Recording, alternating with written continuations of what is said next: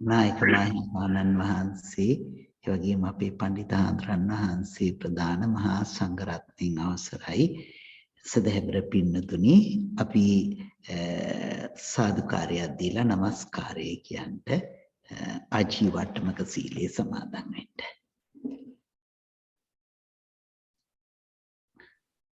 කවුරු හරි අන්මියුට් කරගන්නවද?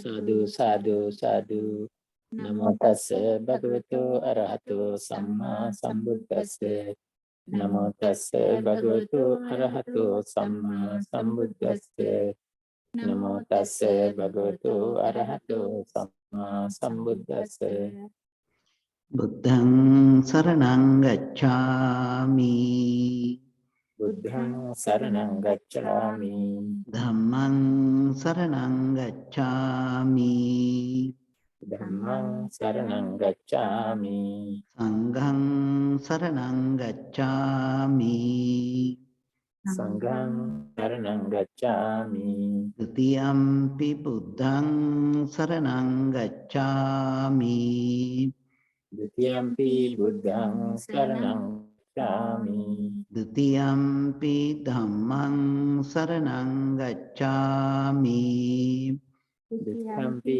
ධම්මං සරණං ගච්ඡාමි ဒ ුතියම්පි සංඝං සරණං ගච්ඡාමි ဒ ුතියම්පි සංඝං සරණං ගච්ඡාමි တတိယံ පි බුද්ධං සරණං ගච්ඡාමි တတိယံ පි බුද්ධං සරණං ගච්ඡාමි တတိယံ පි ධම්මං සරණං ගච්ඡාමි တတိယံ පි ධම්මං සරණං ගච්ඡාමි တတိယံ පි සංඝං සරණං ගච්ඡාමි တတိယံ පි සංඝං සරණං ගච්ඡාමි තිසරණ ගමනං සම්පුන්නං ආමගන්තේ පාණාතිපාතා වේරමණී සික්ඛාපදං සමාදියාමි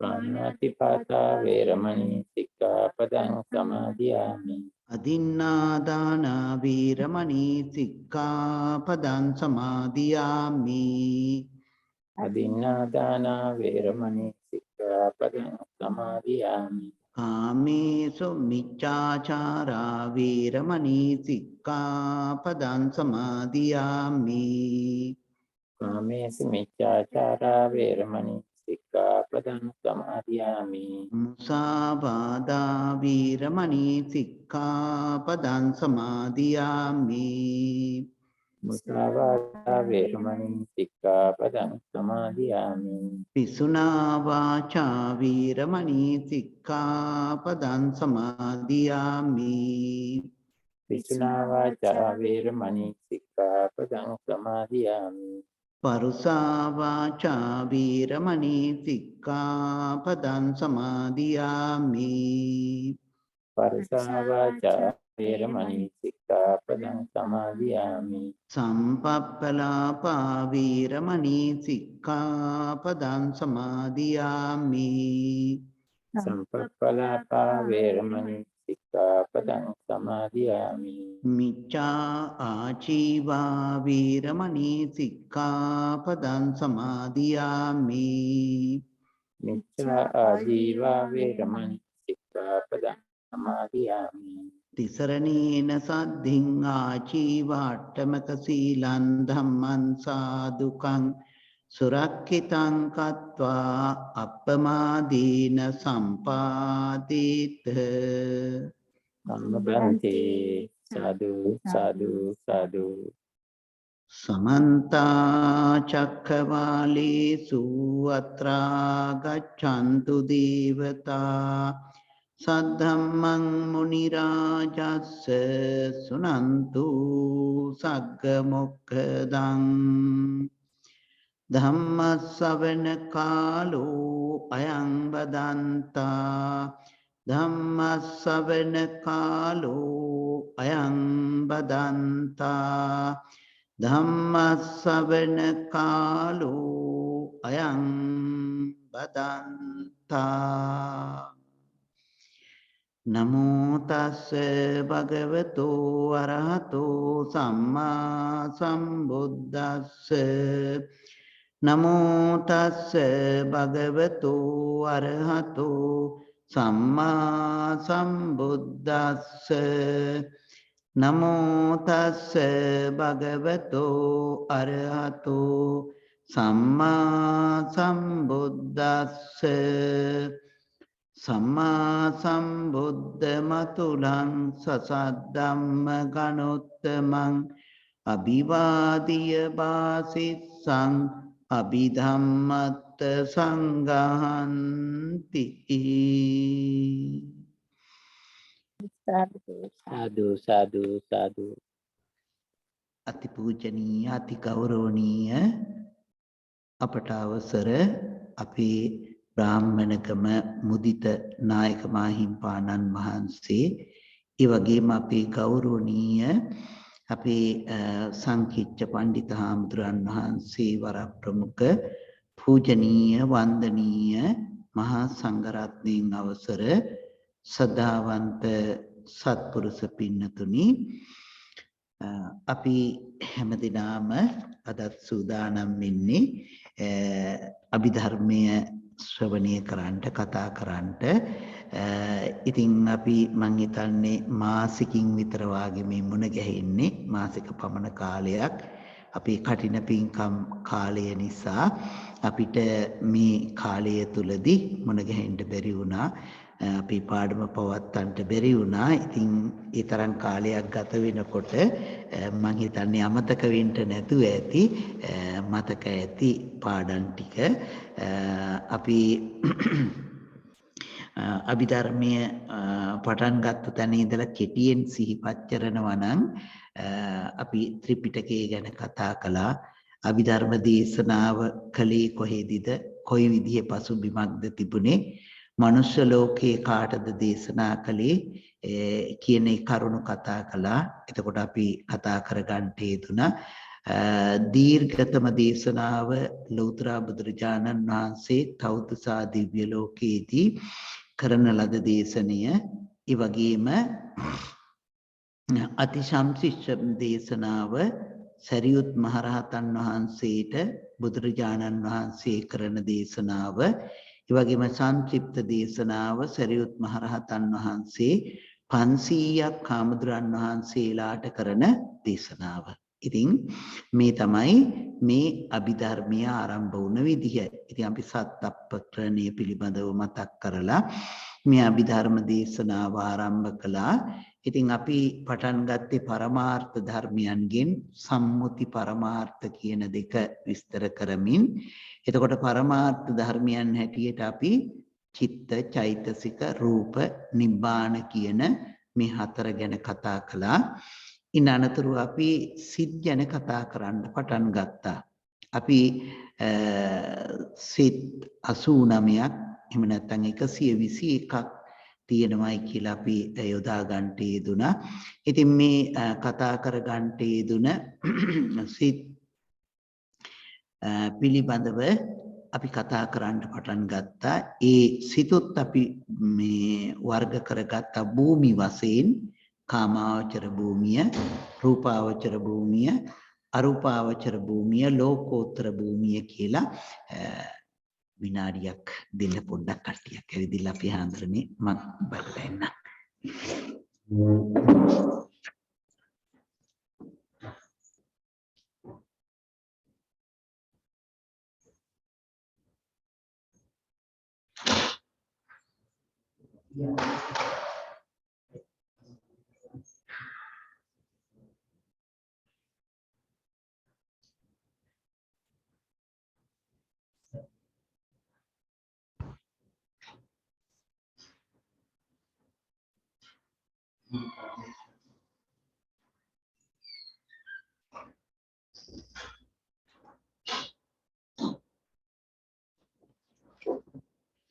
හොඳයි විනාඩියක් අපට පමා වුණා. අපි එතකොට ආරම්භ කළේ චිත්ත, චෛතසික, රූප, නිබ්බාන කියන මේ සතර පරමාර්ථ ධර්මයන් කතා කරන්න පටන් ගත්තා. ඊට පස්සේ අපි අභිධර්මයේ සිත් පිළිබඳව කතා කළා. සිත් අපි 121ක් එහෙම නැත්නම් 89ක් කොට සිහිපත් කරගත්තා. භූමිම වශයෙන් අපි මේ ටික බෙදාගත්තා. කාමාවචර භූමිය, රූපාවචර භූමිය, අරූපාවචර භූමිය, ලෝකෝත්තර භූමිය කියලා.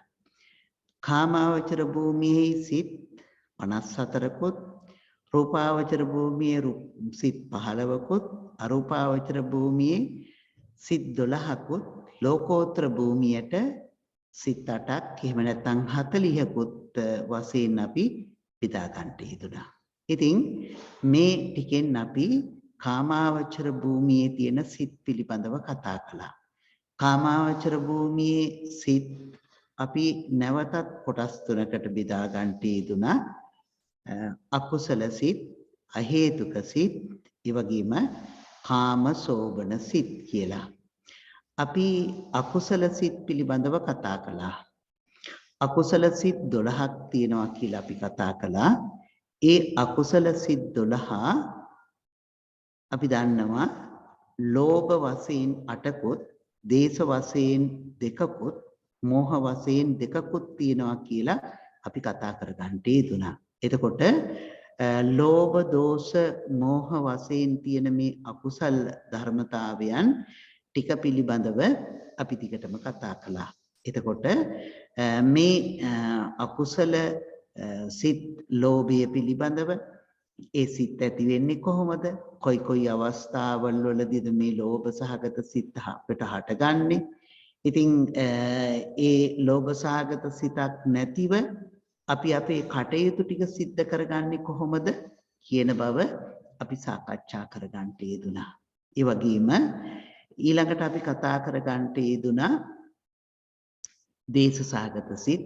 දේශ සහගත සිත් හටගන්නේ කොයි වෙලාවේද?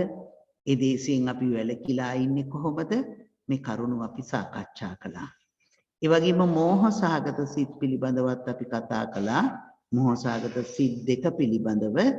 ඉතින් ඒ මෝහ සහගත සිත් පිළිබඳවත් අපි ඒ විදිහට සාකච්ඡා කරගන්න යෙදුණා. මෝහයට අදාළව තියෙන්නේ විචිකිච්ඡාවත් උද්ධච්චයත් කියන දෙක අපි දන්නවා. එතකොට දේශයට අදාළව තියෙන සිත් දෙක මේ දෝෂ සහගත පටිඝ සම්පයුක්ත අසංකාරික සිතත්, දෝෂ සහගත පටිඝ සම්පයුක්ත සසංකාරික සිතත් කියලා අපි මතක් කරගත්තා. ලෝභී සිත් 8ත් අපිට මතකයි. ලෝභයේ තියෙන සිත් 8 උපේක්ඛා සහගත සිත් 4කුත්, සෝමනස්ස සහගත සිත් 4කුත්. ඒ සිත් ගැන අපි කතා කළොත් සෝමනස්ස සහගත දිට්ඨිගත සම්පයුක්ත අසංකාරික සිතත්, ඒ වගේම සෝමනස්ස සහගත දිට්ඨිගත විප්පයුක්ත දිට්ඨිගත සම්පයුක්ත සසංකාරික සිත, ඒ වගේම සෝමනස්ස සහගත දිට්ඨිගත සම්පයුක්ත සිත් දෙකයි, දිට්ඨිගත විප්පයුක්ත සිත් දෙකයි, එක අසංකාරික සසංකාරික වශයෙන් සෝමනස්සේ විදිනවා. උපේක්ඛාවට ආපුහාම උපේක්ඛා සහගත දිට්ඨිගත සම්පයුක්ත අසංකාරික සිතත්, උපේක්ඛා සහගත දිට්ඨිගත සම්පයුක්ත සසංකාරික සිතත්, උපේක්ඛා සහගත දිට්ඨිගත විප්පයුක්ත අසංකාරික සිතත්, උපේක්ඛා සහගත දිට්ඨිගත විප්පයුක්ත සසංකාරික සිතත් කියලා මේ සිත් 8 පිළිබඳව අපි කතා කළා. ඊට පස්සේ අපි කතා කරන්න පටන් ගත්තා අහේතුක සිත් 18 පිළිබඳව. ඉතින් මම හිතන්නේ අහේතුක සිත් 18 අපට මතකයි. අහේතුක සිත් 18න් අපි අහේතුක සිත් කොටස් 3කට බෙදාගෙන තියෙනවා. අපි අන්තිමට මේක බෙදාගත්තේ අකුසල විපාක වශයෙන්ුත්, කුසල විපාක වශයෙන්ුත්, ඒ වගේම ඊළඟට අපි කතා කළේ ක්‍රියාසිත වශයෙන්ුත්. එතකොට අපි කතා කළා අහේතුක සිත්. මේ කියන්නේ ලෝභ, දෝෂ, මෝහ, අලෝභ, අදෝෂ, අමෝහ කියන මෙන්න මේ හේතුන් නැති නිසා. එහෙම නුනත් සිත් හටගන්න හේතුවක් තියෙනවා. ඒ සිත් හටගන්නේ එක්ක කුසලයක විපාක නිසා එහෙම නැත්නම් අකුසලයක විපාක නිසා. අපි ඒ ටික කතා කරගන්න යෙදුණා. එතකොට අපි ඒ සිත් ටික කතා කරනකොට අපි චක්කු විඥාන දෙකක්, සෝත විඥාන දෙකක්, ගාහන විඥාන දෙකක්, ඒ වගේම චිව්වා විඥාන දෙකක්, කාය විඥාන දෙකක් වශයෙන් කතා කළා. කුසල විපාක වශයෙන් උපේක්ඛා සහගත චක්කු විඥානයකුත්, උපේක්ඛා සහගත සෝත විඥානයකුත්, උපේක්ඛා සහගත ගාහන විඥානයකුත්, උපේක්ඛා සහගත ජීවහා විඥානයකුත්, සුඛ සහගත කාය විඥානයකුත් තියෙන බව අපි කතා කළා. ඒ මේ ඇහැ කන නාසය දිව ශරීරය කියන මේ ආයතන පහ තුලින් අපේ සිත් හටගන්න විදිහ කුසල විපාකේ. එතකොට අකුසල විපාකයට අපි ගියාමත් අකුසල විපාක වශයෙන්ොත් අර විදිහටම අපි කතා කළා.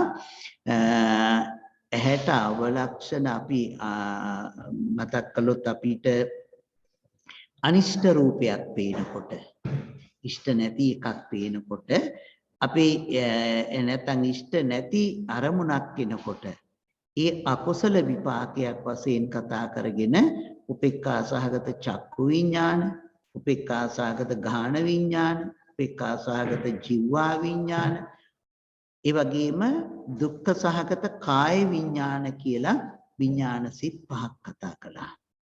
එතකොට ඒ විඥාන සිත් පහක් කුසල විපාක, විඥාන සිත් පහක් අකුසල විපාක. ඒ නිසා මේ සිත් 10ටම එක නමක් කියනවා.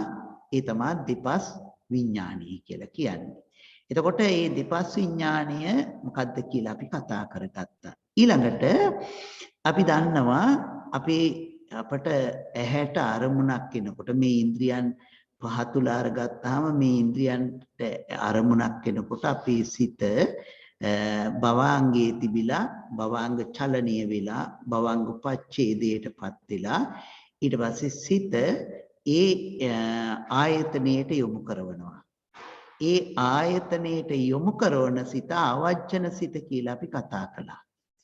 ඒ ආවජ්ජන සිත මේ අපි පංචද්වාරා වජ්ජන පික්ඛා සහගත පංචද්වාරා වජ්ජන සිත හැටියටයි කතා කරන්නට යෙදුනේ. එතකොට මම හිතන්නේ මම මේ ඉක්මනින් මතක් කරගෙන යනවා පරණ ටික මතක් වෙන්න ඕන නිසා. නැත්නම් පාඩමක් කරන්න නෙමේ මතක් කරගෙන යනවා මේ මොනවද ඒ කරුණු ටික කියලා. එතකොට ඒ විදිහට එනකොට අපි මේ සිත් පිළිබඳව කතා කරන්නට යෙදුණා. ඒ යොමු කරන සිත ඊට පස්සේ විඥාන සිතක් ඇති වෙනවා. ඒ විඥාන සිතෙන් පස්සේ අරමුණ පිළිගන්න සිතක් ඇති වෙනවා. ඒ අරමුණ පිළිගන්න සිත අපි හැදින්නුවා සම්පටිච්ඡනය කියලා. නිසා ඒ සිත උපේක්ඛා සහගත සම්පටිච්ඡන සිත කියලා අපි කතා කළා. ඒ වගේම අරමුණ විමසන සිතක් ඇති වෙනවා. ඒක උපේක්ඛා සහගත සම්තීරණ සිතක්. ඒ සිත පිළිබඳවත් අපි කතා කරන්නට යෙදුණා. එතකොට මේ විදිහට මේ අකුසල විපාක වශයෙන්ොත් කුසල විපාක වශයෙන්ොත් මේ සිත් ටික එනවා. ආවජ්ජන සිත ඇරුණහම ඒ කියන්නේ අපි කතා කරපු උපේක්ඛා සහගත සම්තීරණ සිතත් උපේක්ඛා සහගත සම්පටිච්ඡන සිතත් කියන දෙකම කුසල විපාක වශයෙන්ුත් අකුසල විපාක වශයෙන්ුත් එනවා. කුසල විපාකයට එනකොට සම්තීරණ සිතක් එනවා සෝමනස්ස සහගත සම්තීරණය කියලා. ඒ නිසා කුසල විපාක සිත් 8කුත් අකුසල විපාක සිත් 7කුත් තියෙනවා කියලා අපි මතක් කළා. ඊළඟට අපි කතා කළා මේ සිත් වල අහේතුක සිත් 3 පිළිබඳව. සිත පංචද්වාරයට යොමු කරන සිත උපේක්ඛා සහගත පංචද්වාරා වජ්ජන සිතත් ඒක ක්‍රියාසිතක්. මේ අහේතුක සිත් වල ක්‍රියාසිත තුනේ එක ක්‍රියාසිතක්. ඒ වගේම උපේක්ඛා සහගත මනෝද්වාරා වචනේ. ඒ කියන්නේ විනිශ්චයටපත් කරන සිත අරමුණක් පැමුණුනහම පිළි අරගෙන විමසලා විනිශ්චයක් කරන සිත මනෝද්වාරා වචන සිත කියලා අපි කතා කළා. ඒ මනෝද්වාරා වචන සිතත් අපි කතා කළා ක්‍රියාසිතක් හැටියට, අහේතුකවල ක්‍රියාසිතක් හැටියට. ඊළඟට අපි අහේතුක තව ක්‍රියාසිතක් කතා කළා, රහතන් වහන්සේ සිනහ වෙන සිත, සෝමනස්ස සහගත මේ හසිතුප්පාද සිත. ඊළඟට මම හිතන්නේ මතක ඇති අපට අපි සිනහව ගැනත් කතා කළා. අපේ ආම්දුරන් වහන්සේ විස්තර කරලා තියෙන විදිහට මේ සිනහව එක එක්කෙනාට ඇති වෙන සිනහ පිළිබඳව සිත, හසිත, විහාසිත, උපහාසිත, අපහාසිත, අතිහාසිත කියලා සිනහ වෙන ආකාර හයක් ගැන කතා කළා. සිත, හසිත කියන දෙආකාරයකට බුදු, පසේ බුදු, මහරහතන් වහන්සේලා සිනහ වෙනවයි කියන එකදී අපි මතක් කළා. ඒ බුද්ධ ආදී උත්තමයන් වහන්සේලා සිනහ වෙන්නේ, ඒ කියන්නේ සිතේ මොහොනේ ප්‍රසන්න භාවයක් ඇති වෙන එකත්, ඒ වගේම තොල් විවර වෙලා ඒ තොල් වලින් යන්තමට දත් පෙනෙන ස්වභාවයට එන සිත හසිත කියලත් ඒ සිනහව අපි කතා කරන්නට යෙදුණා. ඊළඟට විහාසිත, මිහිරි හඬක් ඇති සිනාව, ඒ වගේම උරේ සැලමින් කරන සිනාව උපහාසිත, මේ කල්යාණ පෘතජ්ජනයගේ සිනහවක් හැටියට අපි සඳහන් කළා. ඒ වගේම අපහාසිත මුළු ශරීරයේම සොලවමින් කරන සිනාවත්, ඒ වගේම අතිහාසිත දඟලමින් ශරීරයේ සොලවමින් දඟලමින් උඩ පනිමින් කරන සිනහව. ඒවා මේ ගුණධර්ම වලින් පිරිහුණ අයගේ ලාමක අදහස් තියෙන අයගේ සිනහවක් හැටියටත් අපි කතා කරගන්නට යෙදුණා. ඒ විදිහට අපි ඔය සිනහවින් තමයි අපේ පන්තිය අන්තිම උනේ මම හිතන්නේ. ඊට පස්සේ අපිට දැන් කතා කරන්න තියෙන්නේ කාමාවචර සිත් වලින් අපට එන්නේ කාම සෝබන සිත් පිළිබඳව. නේද? කාම සෝබන සිත්. කාම සෝබන සිතුත් කොටස් තුනකට බෙදලා තියෙනවා. ඔන්න එතකොට අද අපි කතා කරන්න පටන් ගන්නේ කාම සෝබන සිත්. දැන් බලන්න අපි මෙච්චර වෙලා කතා කළා අකුසල් සිත් පිළිබඳව. ඒ වගේම අකුසල විපාක සිත් පිළිබඳව කතා කළා. කුසල විපාක සිත් පිළිබඳව කතා කළා. ඒ කුසල විපාකත් අකුසල විපාකත් අහේතුක වශයෙන් අපි කතා කළේ. හොඳට මතක තියාගන්න එකක්, සහේතුක කුසල විපාක අකුසල විපාකයන් නැහැ. ඒක අපි මේ සහේතුක කුසල විපාක කතා කරනකොට අපට තේරෙයි ඒ වචනේ විතරක් ඇහිලා තියාගන්න. අපි දැන් කාම සෝබන සිත් කතා කරනකොට ඒ කාම සෝබන සිත් අතරේ තමයි කුසල් සිත් ටික තියෙන්නේ. කාම සෝබන සිත් 24ක් තියෙනවනේ. මේ සිත් 24 කොටස් තුනකට බෙදෙනවා. එකක් කුසල සිත්, අනිත් එක අනිත් කොටස විපාක සිත්, අනිත් සිත් ටික ක්‍රියා සිත්. අන කොටස් තුන මොකද්ද? කුසල, විපාක, ක්‍රියා. මේ තුනකට අපි බෙදලා තියෙනවා. එතකොට කුසල සිත් 8ක් තියෙනවා, විපාක සිත් 8ක් තියෙනවා, ක්‍රියා සිත් 8ක් තියෙනවා. නේද? කුසල සිත් කියනකොට නම් අපට තේරෙනවා. කුසල සිත් කියනකොට අපිට මේ කුසල සිත් අපට තේරුම් ගන්න පුළුවන්. මේ කාමාවචර වශයෙන් කියන්නේ අපට මේ කාම ලෝකයේ හටගන්න කුසල සිත් නේද? එතකොට මේ කුසල් සිත් ඇති වෙන්නේ හටගන්නේ කොයි වෙලාවෙද අපට? නේද? දැන් මං හිතන්නේ ඒවා දැනුවත් වෙලා තියෙන හින්දා මේ කාටත් කතා කරන්න පුළුවන්. අපි සාමාන්‍යයෙන් හිතුවොත් එහෙම අපට කුසල සිත් හටගන්නේ කොහොමද? නැත්නම් කුසල් සිත් හටගන්නේ මොනවා කරනකොටද? දැන් අපි අකුසල සිත් හටගන්නේ ඒවා කිව්වා. ප්‍රාණඝාත, අදත්තා දාන, කාම මිච්ඡාචාර, මුසාවාද, පිසුනා වාච, පරුසා වාච, සම්පප්පලාප, ඒ වගේම අවිජ්ජා, දෝමනස්ස, මිත්‍යා දෘෂ්ටි, මේවා අකුසල කර්මපත ඇති වෙන අවස්ථා හැටියට කතා කළා. ඒරුණාම අකුසල් සිත් ඇති වෙන තැන් ගැනත් අපි ගොඩක් කතා කළා. එතකොට දැන් බලන්න මෙතන අපි කතා කරගත්තොත් අපට කුසල් සිත් ඇති වෙන්නේ කොයි වෙලාවල් වලද? යහපත් දෙයක් කරනකොට. ඔව් යහපත් දේවල් කියලා කිව්වේ මොනවද?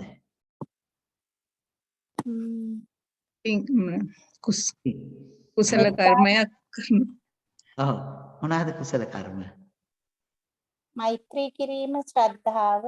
මෛත්‍රිය, සද්ධාව නැහැ. අපි ක්‍රියාවලියන් වශයෙන් ගත්තොත් දැන් මෛත්‍රී කිරීම භාවනාවක්.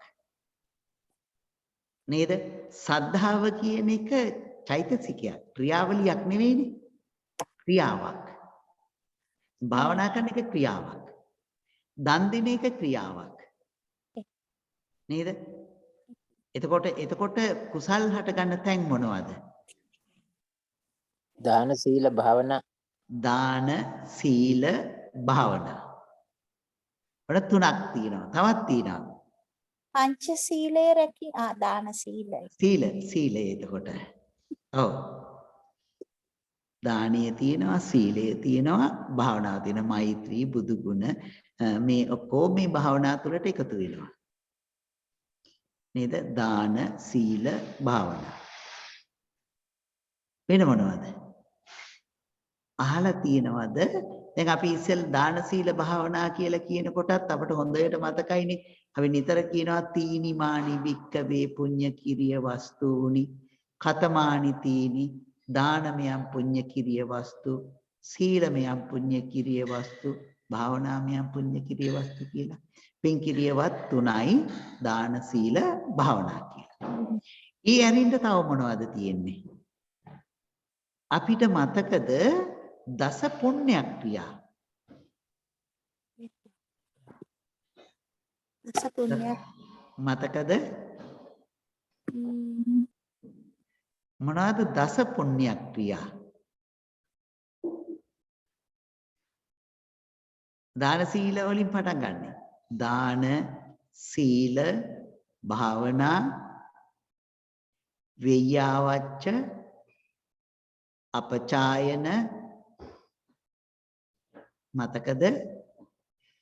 වෙය්‍යාවච්ච අපචායන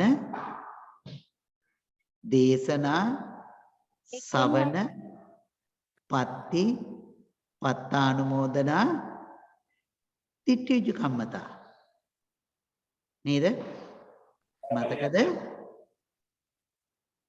මොනවද?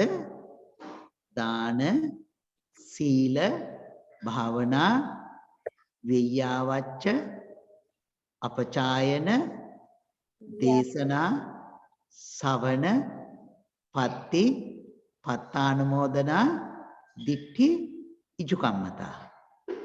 අරකන කියෙන් සරල තේරුමක් කියන්න අපේ. ඔව් කියනවා විස්තර කරනවා. දැන් මේ අහනවා විතරයි. ඔව්. කියන්නේ හාමුදුරනේ අර දානය, සීලය, භාවනාව, පින් දෙන එක, අනුමෝදන් වීම, ඒවද වතාවත් කිරීම. ඔව්. ධර්මය ඇසීම, දේශනා කිරීම. ඔව්. මොකද්ද 10? දැන් අපි දන්නවා මුල තුන විතරක්. දාන, සීල, භාවනා. ඊළඟට වෙය්‍යාවච්ච ඔව්. දීම, පින් අනුමෝදන් වීම. පින් දීම, පින් අනුමෝදන් කිරීම. වතාවත් කිරීම. වතාවත් කිරීම. වැඩිහිටියන්ට සැලකීම. වැඩිහිටියන්ට සැලකීම. ධර්ම ශ්‍රවණය, ධර්ම දේශනා කිරීම, නිවැරදි දැකීම. නිවැරදි දැකීම. බොහොම හරි. මේකට කියනවා මොනවා කියලාද? දස පුණ්‍ය ක්‍රියා. දස පුණ්‍ය ක්‍රියා. එවනම් අපට කුසල් සිත් හටගන්නේ කොහෙදද? දස දස පුණ්‍ය ක්‍රියා කරනකොට. එතකොට දන් දෙන එක, සිල් රකින්න එක, භාවනා කරන එක ඊළඟට පින්දීම එක පින්දීම පින්දීම නේද? අපි කරන ලද පින් අනිත් අයට අනුමෝදන් කරනවා. නේද? ඒකත් එක පුණ්‍ය ක්‍රියාවලියක්. අපි කරපු පින් අපි හොඳ පින්කමක් කළා ඒ හොඳ කරන ලද ක්‍රියාව පිළිබඳව අනිත් අයට කියලා ඒ අයගේ සිත් සතුටටපත් කරමින් අනුමෝදන් කරනවා. ඒක මේ පුණ්‍යානුමෝදනාව. නේද? පින්දීම. ඊළඟ එක අනුමෝදන් වීම. නේද? පින්දීම එකක් ඊළඟට පින් අනුමෝදන් වීම. දැන් මේ දෙක හොඳට හිතන්නකෝ. පින් යම් කිසි කෙනෙක් අපි කරපු පින්කණක් ගැන අපිට කියනකොට අපේ බොහෝ අය මොකද්ද හිතන්නේ කියලා බලන්නකෝ. කවුරු හරි පින්කමක් කළා මම මෙහෙම පින්කමක් කළා කියනකොට සමහරවිට අපි වචනින් කිව්වේ නැති උනට සමහරලා කියන්නේ නැද්ද ඕන පම්පෝරිය කියවන්න ආවා නේද? අපි අය ගොඩක් හිතනවා. එතකොට අපි මොකද්ද මේ මග අරගන්නේ? පින් කරන අවස්ථාවක්. පින් අනුමෝදන් වෙලා අනුමෝදන් වීම අපි වළක්වා ගන්නවා. නේද? පින් අනුමෝදන් වීම වළක්වා ගන්නවා. ඊළඟට හිතන්ට යම් කිසි කෙනෙක් දැන් මේම හිතන්නකෝ එක්තරා කාලයක ලංකාවේ තිබුණා එළියටවත් බහින්න බැරි තරම් ලොකු ප්‍රශ්න ගොඩක්. නේද? බෝම්බ පුපුරනවා හැම තැනම. ඔය අතරතුරව හමුදාවෙහිම එකතු වෙලා එක්තරා පුජ්‍යලයක් මරණයට පත් කළා ඔය කණ්ඩායමේ නායකයෙක්. ඒකට අපි මොකද කිව්වේ? හොඳයි කිව්වා. කවුරුත් නරකයි කිව්වද ඒක? නෑ. එහෙනම් අපි ඔක්කොම කට්ටිය මොකද්ද වෙලා තියෙන්නේ? ප්‍රාණඝාත අකුසල කර්මයේ අනුමෝදන් වෙලා. අනුමෝදන් වුණා. නේද? ඔක්කොම කට්ටිය අනුමෝදන් වුණා. ඒක අනුමෝදන් වුණේ නිකන් නෙමෙයි. කැවුම් කිරිපත් කාලා නේද? අනුමෝදන් වුණා. එතකොට එතන සිද්ධ වෙන්නෙත් මොකද්ද? අකුසල. පවක් අනුමෝදන් වෙන එක. අපි ගොඩාක් වෙලාවට පව් අනුමෝදන් වෙනවා. නේද? යම් කිසි කෙනෙක් අපි අකමැති කෙනෙකුට මොනවා හරි කිව්වොත් එහෙම දෙඩින් දොස් කිව්වොත් එහෙම හොඳ වැඩේ. මමත් කියන්නම තමා හිටියේ. ඔයා කිව්ව එක බොහොම හොඳයි කියලා අපි අනුමෝදන් වෙන්නේ නැද්ද? අපි සමාජයේ ගොඩාක් එහෙම අනුමෝදන් වෙන අය ඉන්නේ. නේද? අපි අනුමෝදන් වෙන්නේ නැත්තේ පින් අනුමෝදන් වෙන්නේ මොනවද? ඔව්. නේද? එහෙනම් අපි තේරුම් ගන්න ඕනේ යම් කෙනෙක් පින්කමක් ගැන කරලා ඒ පින්කම ගැන කියනකොට අපි අපේ සිතත් ඒත් එක්කම සතුටටපත් කරගන්න. එතකොට අපි පින් අනුමෝදන් වෙනවා. අපි කරපු පින්කමක් අනිත් අයට කියනකොට ඒ අයගේ සිතටත් මේ පින් උපදීවා. අපි සමහර වෙලාවට සමහර අය කියන්නේ ඒක මාන්නින් යුක්තව. මමයි පින්කම කළේ මේ ආදී වශයෙන් මේ අය පින්කම් කරන්නේ නැහනේ. එහෙම හිතලානේ කියන්නේ. නේද? එතකොට එහෙම කියනවා. එතකොට එහෙම නැතුව අපි කරපු පින අනිත් අයත් අහලා ඒක හිතෙන් හිතලා සතුටටපත් වෙලා මේ පින් සිද්ධ කරගන්නටයි කියන ඒ චේතනාවන් අපි කිව්වොත් එහෙම අපටත් පිනක් වෙනවා. පින් දීමේ පින අපට ලැබෙනවා. නේද? එතකොට පින් දීම, පින් අනුමෝදන් වීම අපට කුසල් සිත් ඇති වෙන අවස්ථාවක්. ඊළඟ එක මොකද්ද? මොන දැන් අපි පහක් කිව්වා. මොනවද? දාන, සීල, භාවනා, පින්දීම, පින් අනුමෝදන් කිරීම. ඊළඟට වතාවත් කිරීම. නේද? අතුපතු ගානික සුද්ධ බුද්ධ කරන එක සමහර වෙලාවට හිතන්නකෝ මේ පන්සලට ඇවිදිලා පන්සලේ කිලුට උණු තැනක් තියෙනවා නම් අතු ගාලා සුද්ධ කරලා පිරිසුදු කරන එක පින්කමක්. සමහර වෙලාවට සමහර අය හිතනවානේ ඌවා අපි නෙමෙයි කරන්නේ අරගොල්ලෝනේ ඌවා කරන්නේ. අපි මේ කුණු ටික අරන් දාන්නේ නැහැනේ. අපි කරන්නේ මොකද්ද? මෙහෙදි නම් සිද්ධ වෙන ලොකුම දෙයක් තමයි බීපු වතුර බෝතලේ භාගයක් එක්ක තියලා යන එක නේද? මම හිතන්නේ හැම පන්සලකටම තියෙන ප්‍රශ්නයක් අපි දැකලා තියෙන බොහෝ තැන්වල වතුර බෝතලේ භාගයක් තියලත් යනවා. නේද? එතකොට දැන් බලන්න අපි කරලා තියෙන්නේ මොකක්ද? වතාවත් කරනවා වෙනුවට එහෙම එකක් කරලා ගිහිල්ලා. නේද? ඉතින් ඒ විදිහට අපි හිතන්නකෝ මේ අපි දකිනවා මේ වොෂ්රූම් එක කිලුටු වෙලා තියෙනවා. නේද? එතකොට අපි මේවා පිරිසුදු කරනවා නම් වතාවත් කරන එකක්. නේද? අතුපතු ගානවා නම් විහාරේ මල් පර වෙලා තියෙනකොට අරන් දානවා නම් නේද මේ රටේදී අපට පහසුවෙන් මේවා කරගන්න පුළුවන්. පන්සලට ගිහිල්ලා මේ කටයුතු ටික බොහොම පහසුවෙන් කරගන්න පුළුවන් වෙනවා. එතකොට මේ ටික කරගන්න එක අපි වත්පිළිවෙත් කරන එක. එතකොට අපි කියන්නේ වත්පිළිවෙත් කරනවා කියලා. එතකොට වෙය්‍යාවච්ච. ඒකට හැඳින්වෙන්නේ වෙය්‍යාවච්ච කියලා. අපචායන. අපචායනය කියන්නේ මොකක්ද? වැඩි හිටියන්ට සැලකීමද ගරු බුහුමන් කිරීම. නේද? අපි ගරු කළ යුත්තාන්ට ගරු කිරීම. නේද? මොකද්ද ඔව් මහත්තයා. මොකද්ද හඳුරන්නේ වචනේ? අපචායන. අපචායන. ඔව් අපචායනී කියන්නේ ගරු බුහුමන් කිරීම. ඒ කියලා කියන්නේ දැන් හිතන්නකෝ අපි අම්මා තාත්තා එනකොට හාමුදුරු නමක් එනකොට වැඩිහිටියෙක් එනකොට අපේ රටේදී නම් අපි ඉඳගෙන ඉන්නේ නැහැ. ගුරුවරයෙක් අපි ළඟට එනකොට නැගිටිනවා. නේද? අපි එහෙම අපේ වැඩිහිටියෙකුට ගෞරව සම්ප්‍රයුක්තව කතා කරනවා. නේද? අපි අපේ වැඩිහිටියෙකුට කවදාවත් නම කියලාම නමින් විතරක් කතා කරන්නේ නැහැ. මාමා, නැන්දා, අයියා, අක්කා නේද? මේ විදිහේ ගෞරවාන්විත කොටසකුත් අපි එකතු කරලා කතා කරනවා. නේද? සමහර වෙලාවට නම දන්නේ අපි ඒගොල්ලන්ට අහවල් මාමා, අහවල් නැන්දා, මේ අයියා මේවත් වශයෙන් කියනවා. නේද? එතකොට එහෙම කතා කරනකොටත් එහෙම නැත්නම් අපි හාමුදුරු නමකට කතා කරනකොට නේද? හාමුදුරන්ගේ නම කියලා කතා කරන්නේ හාමුදුරන් වහන්සේ, ස්වාමීන් වහන්සේ. නේද? එහෙම අපි පුරුදු වෙලා තියෙනවා. මේ අපි වචනයෙන් සිද්ධ කරගන්න මේ අපචායන කුසලය. නේද?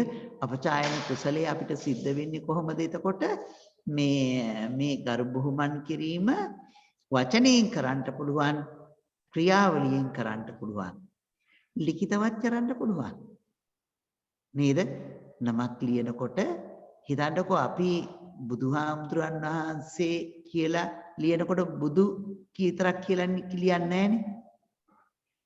අපි බොහොම වෙලාවට පුරුදු වෙන්නේ බුදුරජාණන් වහන්සේ කියලා ලියන්න. එහෙම නැතුවක ලියනවා නම් අපිට මොකද වෙලා තියෙන්නේ?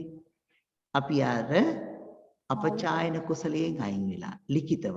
එහෙමනම් කෙනෙකුට ගරු බුහුමන් දක්වලා ලියනවා නම් මේ ඇත්තටම එහෙම නෑනේ. අම්මා තාත්තටත් නම කියලා කතා කරන්නේ. නේද? අපචායන කුසලයේ බොහොම අඩුවෙන් දැකපු රටක් මම මේ රට. නේද? ලියුමක් ලියනකොට මහත්මා මහත්මිය නේද? මේ විදිහට ගෞරවාන්විත ආමන්ත්‍රණයක් තියෙනවා. ලිපිනේ ලියනකොට. නමුත් මෙහිදී කවදාවත් අපි අතිකලාතුරකින් තමයි එහෙම ගෞරවාන්විතව ලියපු ලියුමක් දකින්නේ. නේද?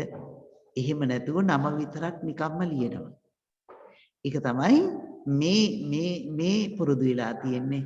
ඒක හොඳට මතක තියාගන්න. එහෙම ලියන කියන එක අපට අපචායන කුසලයක්. ඒක කුසල කර්මයක්. දස පුණ්‍ය ක්‍රියාවලින් එකක්. අවඩ පින් සිතිවිලි නැත්නම් කුසල් සිතිවිලි කුසල සිත් හටගන්න අවස්ථාවක්. නේද? එතකොට වෙය්‍යාවච්ච අපචායන. අපි කවදාවත් හාමුදුරුවරුන් වහන්සේලා සමග සමාන ආසනවල වාඩි වෙන්නේ නැහැ. හාමුදුරු නමක් ගෙදරට වැඩියාම වත් පිළිවෙතක් වශයෙන් අපි හාමුදුරන් වහන්සේ වඩිනකොටම අපි අපේ සුදු රෙද්දක් කෙලලා උන්වහන්සේට වැඩින්ට ආසනයක් පනවනවා. ඒවා වත් පිළිවෙත් ඒත් එක්කම එතන වෙయ్యාවච්ච උන්වහන්සේට සිදු කරන ගරු බුහුමනක් වෙනවා. නේද? ඒ කරන එක ගරු බුහුමන් වෙනවා. ඒවා අපට කුසලයක්. ඒ නිසා අපි මේවා මේ කරන්නේ පින්කමක් කියලා දැනගෙන කරන එක ඉතාමත්ම වටිනවා. එතකොට වෙయ్యාවච්ච අපචායන. නේද? ඊළඟට ධම්ම දේශනා. ඔව් ධම්ම දේශනා ධර්ම ශ්‍රවණය. නේද? මේ ධර්ම දේශනා කරන එක මේ ධර්මයේ කියලා දෙන එක ඒක අපි දන්නවා පින්කමක් නැත්නම් කුසල කර්මයක් කුසල් සිත් හට ගන්න අවස්ථාවක් ඒ වගේම අනික් පැත්තෙන් අපට ධර්ම ශ්‍රවණය කරන එක. ඒකත් කුසල් සිත් හට ගන්න මොහොතක්. ඔන්න එතකොට දැන් අපි කතා කළා කීයක්ද? දාන, සීල, භාවනා, පචායන පත්තානි පත්තිපත්තානුමෝදන. පින්දීම, පින් අනුමෝදන සංකීම ඊළඟට වෙయ్యාවච්ච අපචායන. වත් පිළිවෙත් කිරීම, ගරු බුහුමන් දැක්වීම. වෙయ్యාවච්ච අපචායන ඊළඟට දේශනා වන පවන ඊළඟට නිවැරදි දැකීම. නිවැරදි දැකීම දිට්ඨි කම්මතාවය. අපේ දෘෂ්ටිය නිවැරදිව ඉර්චු කරගන්න එක. නේද? මිත්‍යා දෘෂ්ටියට යන්න නොදී එතකොට සම්මා දිට්ඨිය තුල අපේ සිත පිහිටවන එක. ඒක මූලිකම තැන තමයි කර්මඵල විශ්වාස කරන එක. එතන ඉඳලා ලෝකෝත්තර සම්මා දිට්ඨියට යනකම්ම අපිට තියෙනවා ඒක සකස් කරගන්න. නේද? දිට්ඨියේ ඍජු කරගන්න. ඉතින් අපි මේ වෙලාවේදී දැන් මෙන්න මේ සිතුවිලි මෙන්න මේ ක්‍රියා සමුදාය තුලින් අපට මොනවද ඇති කරගන්න පුළුවන්? කුසල කර්ම ඇති කරගන්න පුළුවන්. මේ කුසල කර්ම පත සිද්ධ වෙන අවස්ථාවන්. නේද?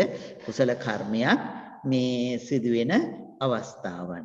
මේවා මේ කාමාවචර ලෝකේ කාමාවචර ලෝකේ කියන්නේ මනුෂ්‍ය ලෝක, දිව්‍ය ලෝක, ඒ වගේම සතර අපාය. මෙන්න මේවයිදී කරගන්න පුළුවන් වෙනේවා මේ කාමාවචර කුසල සිත් හැටියට අපි හඳුන්වනවා. නේද? මේවා මේ කාමාවචර කුසල සිත් මේවයි කරගන්නවා කිව්වහම රූපාවචර අරූපාවචර නැහැ කියනවා නෙමෙයි. වැඩිපුරම මේවා සිද්ධ කරගන්න පුළුවන් මෙහෙත්. බලන්න බ්‍රහ්ම ලෝකේ දන් දෙන්න විදිහකුත් නැහැනේ. මනුස්ස ලෝකේ තමයි දන් දෙන්න පුළුවන්ම තැන. නේද? බුදු, පසේ බුදු, මහරහතන් වහන්සේලා, නික්ලේශී උතුමන් වහන්සේලා, මේ හාමුදුරන් වහන්සේලා, දුගී මගී යාචකාදී මේ ඉන්නේ මනුෂ්‍ය ලෝකේ. නිසා මනුෂ්‍ය ලෝකේ දාන ආදී කුසල දහම් සිද්ධ කරගන්නට ඉතාමත්ම හොඳ තැනක්. ඉතින් මෙන්න මේවා සිද්ධ කරනකොට තමයි අපට කුසල් සිත් හටගන්නේ. එහෙම කුසල් සිත් අපට තියෙනවා 8ක්. නේද? අර අපට දැන් මතකයි අපි මේ ලෝභ සිත් 8ක් කතා කළානේ. ඒ ලෝභ සිත් 8 දිට්ඨිගත සම්පයුත්ත කියන තැනට ඥාන සම්පයුත්ත කියලා. දිට්ඨිගත විප්පයුත්ත තැනට ඥාන විප්පයුත්ත කියලා යොදාගෙන සිත් ටික කිව්වහම කුසල සිත් 8 එනවා. අන්න දැන් මම ලේසි ක්‍රමයක් කියලා දුන්නේ. අපිට ලෝභ සහගත සිත් 8 මතකයි. සෝමනස්සය, දිට්ඨිගත සම්පයුත්තය, දිට්ඨිගත විප්පයුත්තය, අසංකාරික සසංකාරික සෝමනස්සය අනිත් එක උපේක්ඛාව. නේද? ඒ වගේම මේ කුසල සිත් 8 සෝමනස්සේ තියෙනවා. ඒ වගේම උපේක්ඛාව තියෙනවා. දිට්ඨිගත සම්පයුත්ත වෙනකොට වෙනුවට අපිට යෙදෙනවා මොකද්ද? ඥාන සම්පයුත්ත. දිට්ඨිගත විප්පයුත්ත වෙනුවට එනවා ඥාන විප්පයුත්ත.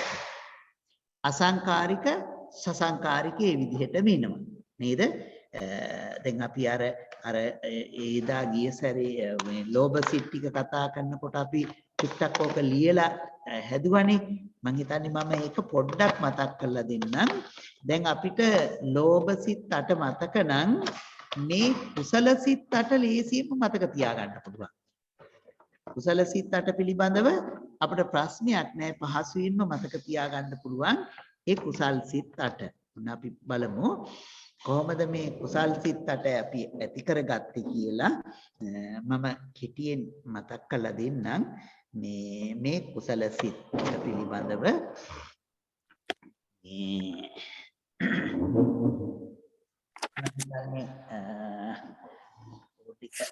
පේනවා නේද?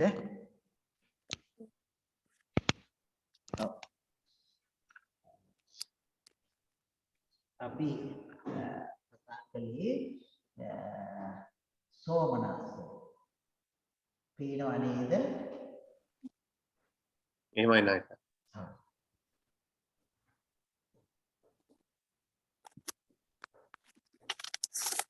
සෝමනස්ස පැත්ත අනිත් පැත්ත තියෙනවා උපේක්ඛා.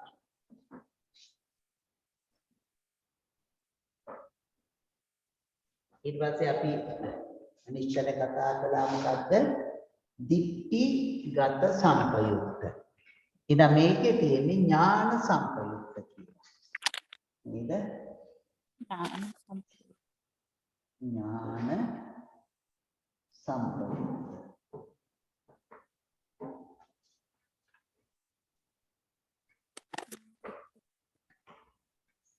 හැබැයි මේ ලස්සන දෙයක් පේනකොට කුසල විපාකයක් කියනවා නේද? මගේ අකුරු නම් ලස්සන නෑ. ඒකට අකුසල විපාක හිතද්ද දන්නේ චක්කු විඥානෙට නේද?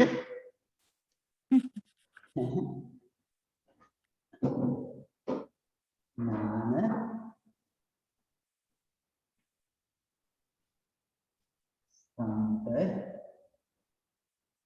සම්පයුක්ත. අනිත් එක වෙන්න ඕන එහෙනම් මොකද්ද? ඥාන විප්‍රයුක්ත. ඥාන විප්‍රයුක්ත.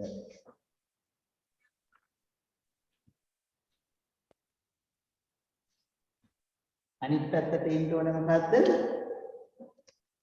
උපේක්ඛා. සෝමනස්ස උපේක්ඛා ලිව්වා. ඊළඟට ඉන්න ඕනේ අසංකාරික සසංකාරික. සංකාරික සසංකාරික නේද?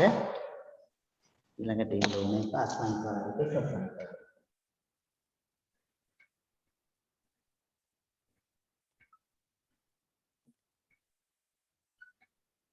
අසංකාරික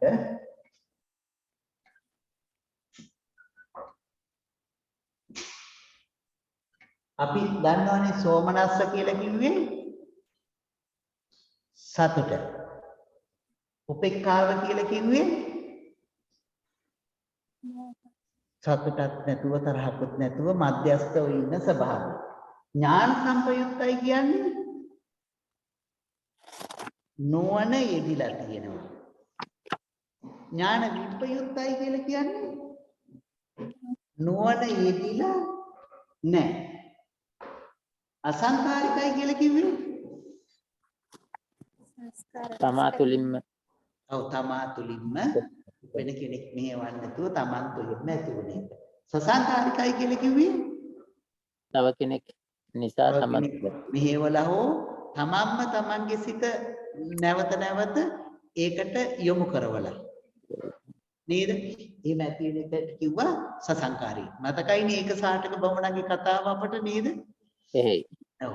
එතකොට අසංකාරික සසංකාරික කියන එක අපට මතකයි. මේ වචන ටිකෙන් අර වගේම සිත් 8ක් හදාගන්නවා. නේද? අර ඉස්සෙල්ලා වගේම සිත් 8ක් හදාගන්නවා. කොහොමද? සෝමනස්ස සහගත ඥාන සම්පයුක්ත අසංකාරික සිත නේද? ඊළඟ කියනවා කොහොමද? සෝමනස්ස සාගත ඥාන සම්පයුක්ත සසංකාරික සිත නේද? ඊළඟට එනවා මොකද්ද? සෝමනස්ස සහගත ඥාන විප්‍රයුක්ත අසංකාරික සිත. ඊළඟට එනවා සෝමනස්ස සහගත ඥාන විප්‍රයුක්ත සසංකාරික සිත. නේද? දැන් සිත් හතරයි සෝමනස්සෙන් පටන් ගන්න. නේද? ඊළඟට තියෙනවා අනිත් පැත්තට කොහොමද? උපේක්ඛා සහගත ඥාන සම්පයුක්ත අසංකාරික සිත. උපේක්ඛා සහගත ඥාන සම්පයුක්ත අසංකාරික සිත. නේද? ඊට පස්සේ තව තියෙනවා කොහොමද? උපේක්ඛා සහගත ඥාන විප්‍රයුක්ත අසංකාරික සිත. උපේක්ඛා සහගත ඥාන විප්‍රයුක්ත සසංකාරික සිත. ඔන්න කුසල සිත් 8 නේද? අපි දන් දෙනකොට, සිල් රකින්නකොට, භාවනා කරනකොට ඒ වගේ අපි මේ පින් අනුමෝදන් කරනකොට, ඒ වගේම පින් අනුමෝදන් වෙනකොට, වත් පිළිවෙත් සිද්ධ කරනකොට, ගරු බුහුමන් කරනකොට, බණ අහනකොට, ධර්ම දේශනා කරනකොට, ඒ වගේම අපේ ධිට්ඨිය යොමු කරගන්නකොට මෙන්න මේ සිත් 8න් තමයි අපි සියල්ල සිද්ධ කරගන්නේ. මේ සිත් 8න් අපි සිද්ධ කරගන්නේ. දැන් අපි මේ සිත් ඇති වෙන අවස්ථාවන් ගැන දන්නවා. නේද?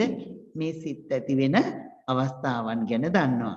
මේවා කාමාවචර සිත් නිසා, මෙලව හටගන්න සිත් ටිකක් නිසා මේ සිත් ටික හඳුන්වනවා මහා කුසල් කියලා. මේ සිත් 8ට කතා කරන තව වචනයක් තියෙනවා මහා කුසල් කියලා. නිතර හටගන්න නේද? ඒ නිසා මේවා දැන් අපි හිතුවොත් එහෙම තව තියෙනවනේ අපිට සිත් ඊට වඩා ප්‍රබල ඒවා මොනවද? අපි දන්නවනේ ධාන සිත්, රූපාවචර අරූපාවචර ආදී වශයෙන් ධාන සිත්. ඒ සිතුත් අපි දන්නවනේ ප්‍රබල සිත්නේ. නමුත් ඒවට මහා කුසල් සිත් කියලා කියන්නේ. ඒ මහා කුසල් සිත් කියලා කියන්නේ මේ ලෝකේ වාසය කරන බොහෝ දෙනෙකුට හැම දිනාටම වාගේ ඇති කරගන්න පුළුවන්, නිතර ඇති කරගන්න පුළුවන් සිත්. දැන් හිතන්නකෝ ධාන සිතක් කෙනෙකුට ලේසියෙන් ඇති කරගන්න බෑ. නේද? මේ සිත් හැම කෙනෙකුටම ඇති කරගන්න පුළුවන්. ඒ නිසා මේවා හඳුන්වනවා මොනවද? මහා කුසල සිත් කියලා. එතකොට ඔන්න දැන් මහා කුසල සිත් තියෙනවා කීයක්ද? 8ක්.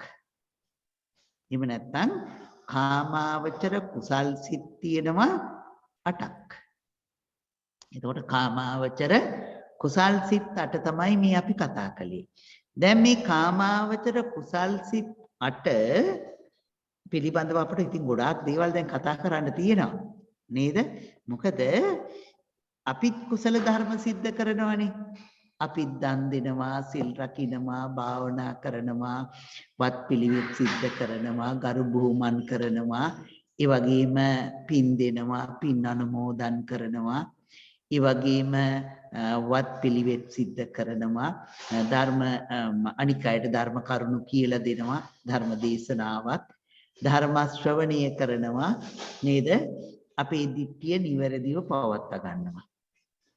මේවා අපි සිද්ධ කරනකොට අපි දැන් හිතන්නකෝ අපි අපට පාවිච්චි කරන්නට යම් බඩුවක් අපි ගන්නකොට ඒ ගන්න බඩුව අපි බොහොම වෙලාවට උත්සාහ කරන්නේ ඊටාත්ම හොඳ බඩුවක් ගන්න. අපි තියෙන මිල මුදල් වල ප්‍රමාණය හැටියට ගුණාත්මක භාවයෙන් හොඳම හොඳ මේ දෙයක් ගන්නටයි අපි සූදානම් වෙන්නේ.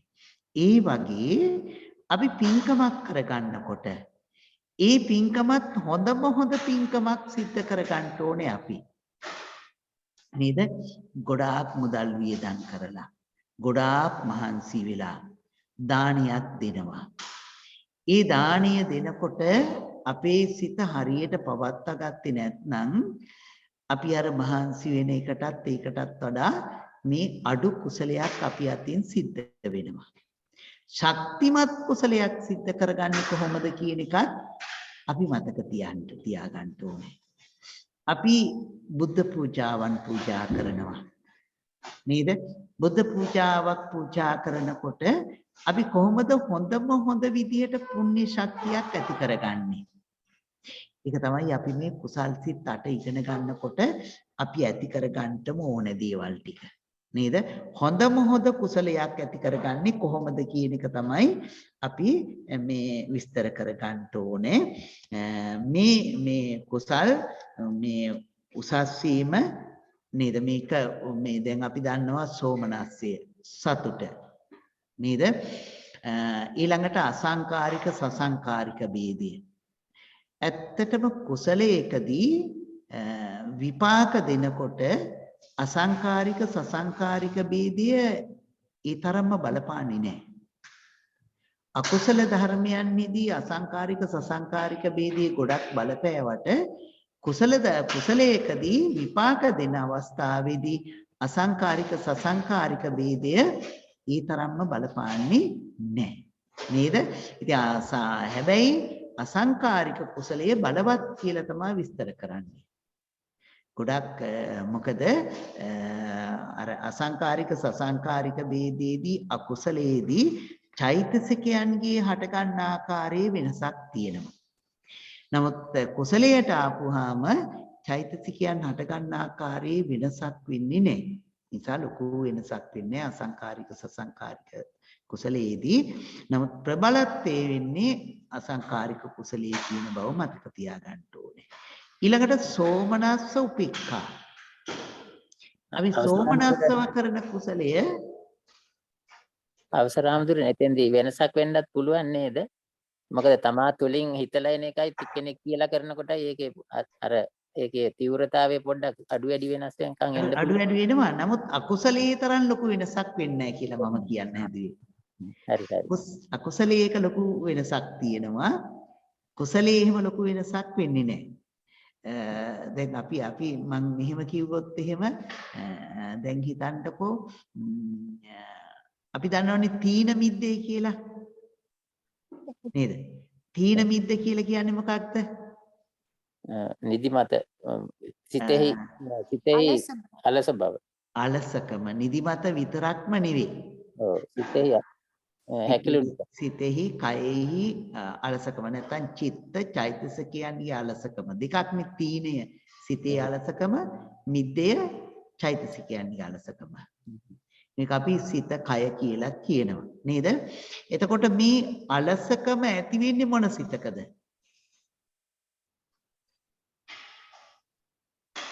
දැන් මේවා හට ගන්න ඕනේ ලෝභ සිතකනේ මේ අකුසල් සිත්වලනේ. එහෙනම් අකුසල් සිත්වලින් මොන සිත්වලද මේවා හටගන්නේ? අපි මේ චිත්ත චෛතසික ඉගෙනගෙන සිතුයි චෛතසිකයි එකට එකතු වෙන විදිහ කතා කරනවා සංප්‍රයෝග කියලා. එතෙන්දි මේක කියලා දෙන එකක් මම මේ මුලදි මතක් කළේ මේ චුට්ටි කරුණ පැහැදිලි කරගන්නට මේ තීන මිද්දය හටගන්නේ අසංකාරික සිතක නෙමෙයි සසංකාරික සිතේ. ලෝභේහි හෝ දේශේහි හෝ අකුසලේහි සසංකාරික සිතේ තමයි තීන මිද්දය හටගන්නේ. සසංකාරික සිතේ තීන මිද්දය හටගන්නේ. ඒ වගේ චෛතසික වෙනස් වීමක් වෙන්නේ නැහැ කුසලයේදී. මම ඒකයි කිව්වේ ඒක ඒ තරම්ම මේ ගොඩක් මේ ප්‍රබලව වෙනස් වෙන්නේ නැtei කියලා. නේද? වෙනසක් තියනව නැතුව නෙමෙයි ප්‍රබල වෙනසක් අපට කියලා දෙන්නේ නැහැ ඒකේ. නේද? අසංකාරික සසංකාරික. එහෙමනම් මේ කුසලයකදී අපිව විශේෂයෙන්ම මේකේ බලවත්කම ඒ බලවත් නැතිකම ඇති කරවලා තියන්නේ කොහෙද? ඥාන සම්පයුක්තය සහ ඥාන විප්පයුත්ත කියන තැනේදී. නේද? ඥාන සම්පයුත්ත සහ ඥාන විප්පයුත්ත කියන තැනට එනකොට තමයි මේ අපි මේ කුසලයේ බලවත්කම ගැන අපි කතා කරන්නේ. එතකොට ඥාන සම්පයුත්ත කුසලය බලවත් ඥාන ප්‍රත්‍යක්ෂ කුසලයට වැඩිය. එතකොට ඥාන සම්පයුත්තයි කියලා කියන්නේ ඥානයෙන් යුක්තව. ඥානයෙන් යුක්තයි නුවණ යෙදිලා තියෙනවා. ඥාන විප්පයුත්තයි කියලා කියන්නේ නුවණ යෙදිලා නැහැ. නුවණ කියන එක චෛතසික ධර්මයන් අතර කියනවා ප්‍රඥා චෛතසිකය කියලා. නේද? නුවණ කියන එක විස්තර කරනවා මොන චෛතසිකය කියලාද?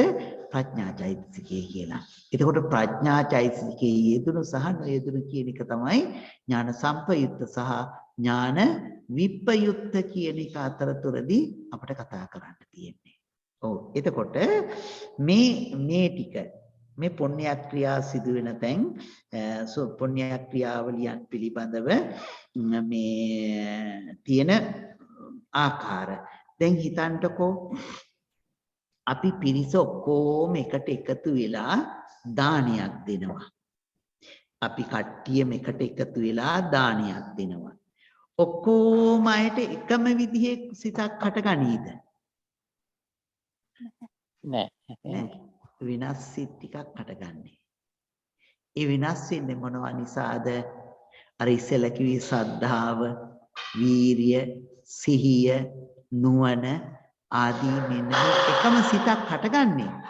නමුත් මේ එකම සිත හටගත්තත් දැන් සෝමනස්සහගත ඥාන සම්පයුත්ත සිත හටගත්තත් ඒ කෙනාගේ අර චෛතසික ස්වභාවයන් අනුව ඒකේ යෙදෙන ශක්තිමත් භාවයේ වෙනසක් සිද්ධ වෙනවා. ඉන්සා අපි මොකද කරගන්න ඕනේ?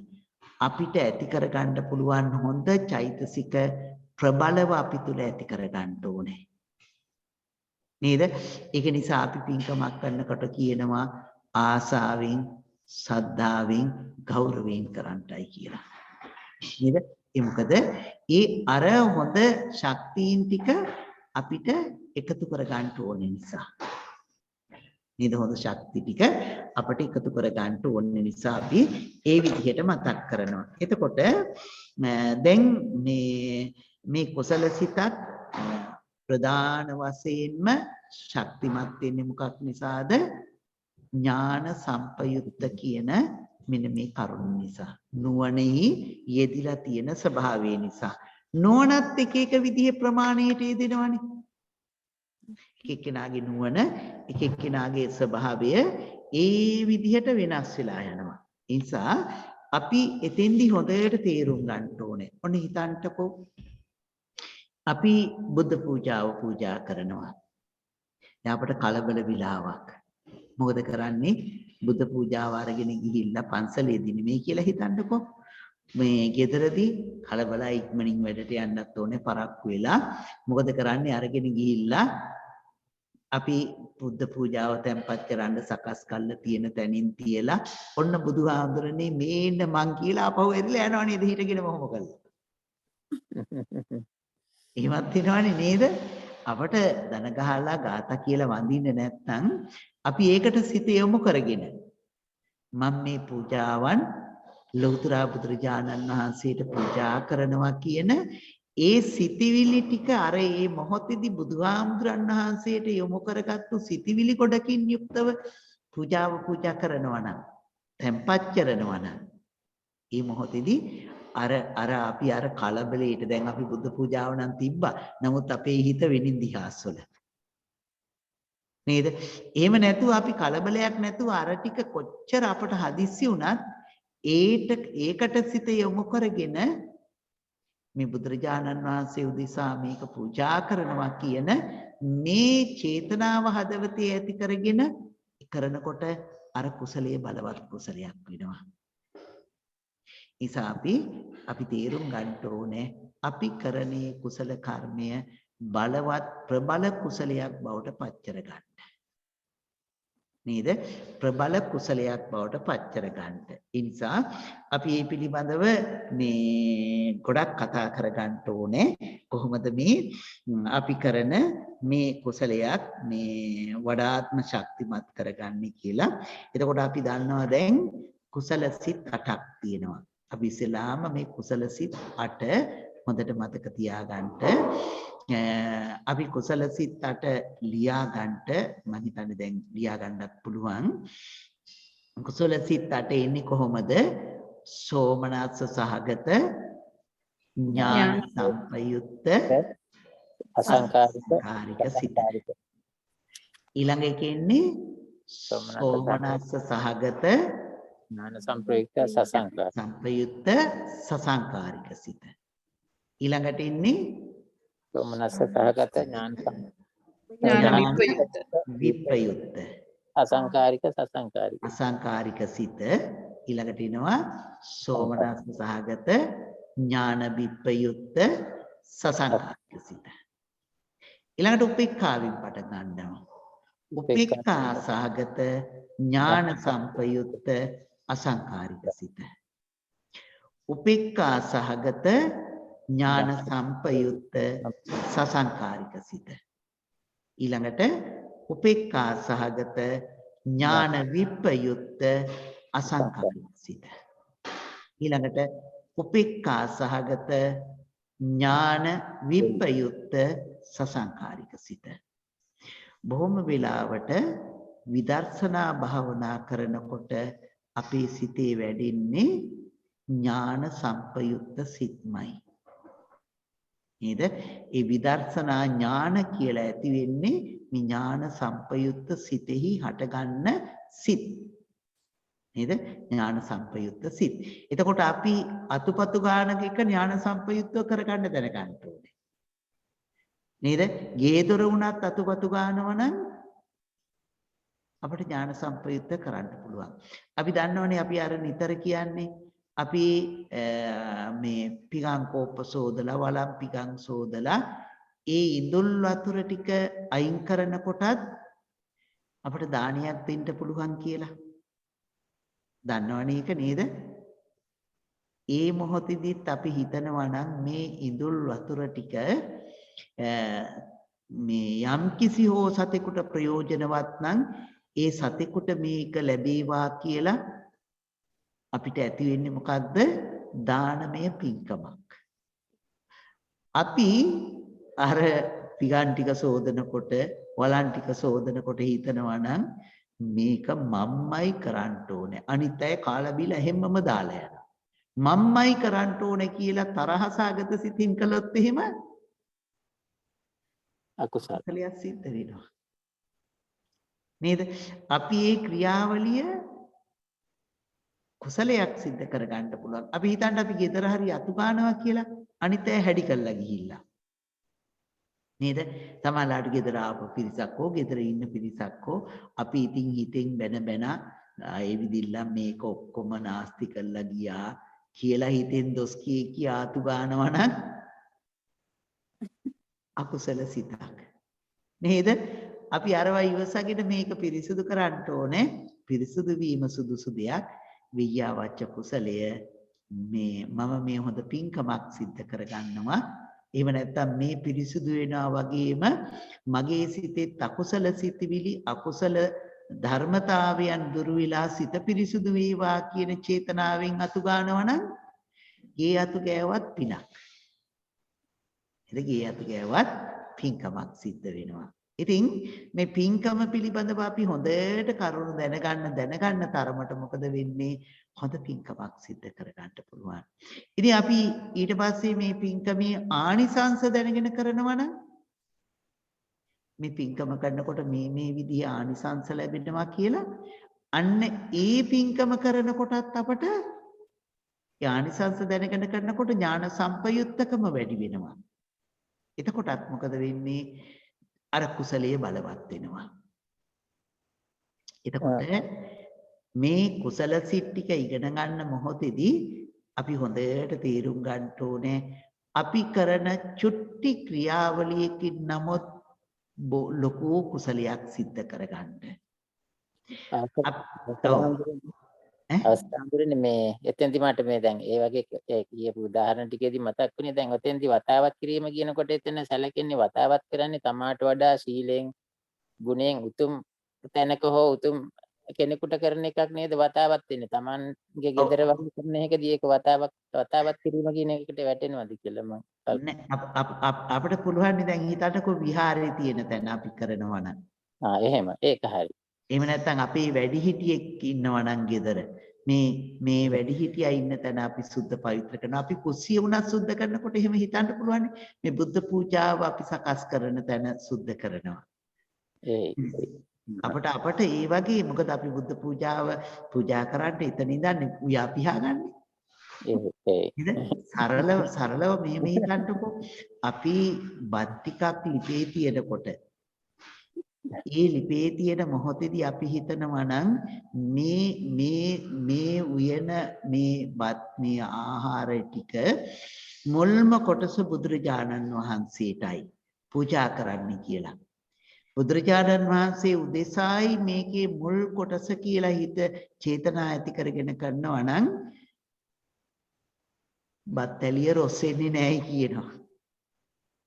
නේද? බත් ඇලිය රොස්සෙන්නේ නැහැ කියනවා. ඉතින් බලන්නකො චේතනාවේ ශක්තිය නේද? එතකොට අපි ගෙදර අයටත් එක්ක කෑම කන්න උයන්නේ. නමුත් ඒකේ මුල් කොටස බුදුහාමුදුරන් වහන්සේට. එහෙනම් අපි උයන තැනදීත් අපට පුළුවන් හොඳ කුසලයක් සිද්ධ කරගන්න. නේද?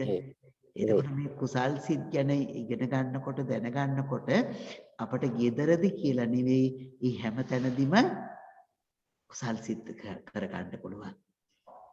නේද? ආමුදුරනේ මේ ඔය සිත් 8ටම කාම සෝබන සිත් කියලා කියනවාද? ඔව් මේ සිත් 8ට විතරක් නෙමෙයි. මේ කාම සෝබන සිත් වලින් 8යි කාම සෝබන සිත් 24ක් තියෙනවා. මේ කුසල් සිත් 8. තව 8ක් තියෙනවා විපාක සිත් 8ක්. තව 8ක් තියෙනවා ක්‍රියා සිත් 8ක්. එතකොට 24යි. එතකොට මේ සිත් 8ම තමයි කුසල් සිත් 8ක්. මේ සිත් 8ම තමයි ක්‍රියා සිත් 8ක්. නම් වල කිසිම වෙනසක් නැහැ. අර විපාක දෙනකොට මේ සිත් 8 ගන්නකොට ඒවට කියනවා විපාක සිත් කියලා. ක්‍රියා කියන්නේ කාට ඇති වෙනකොටද?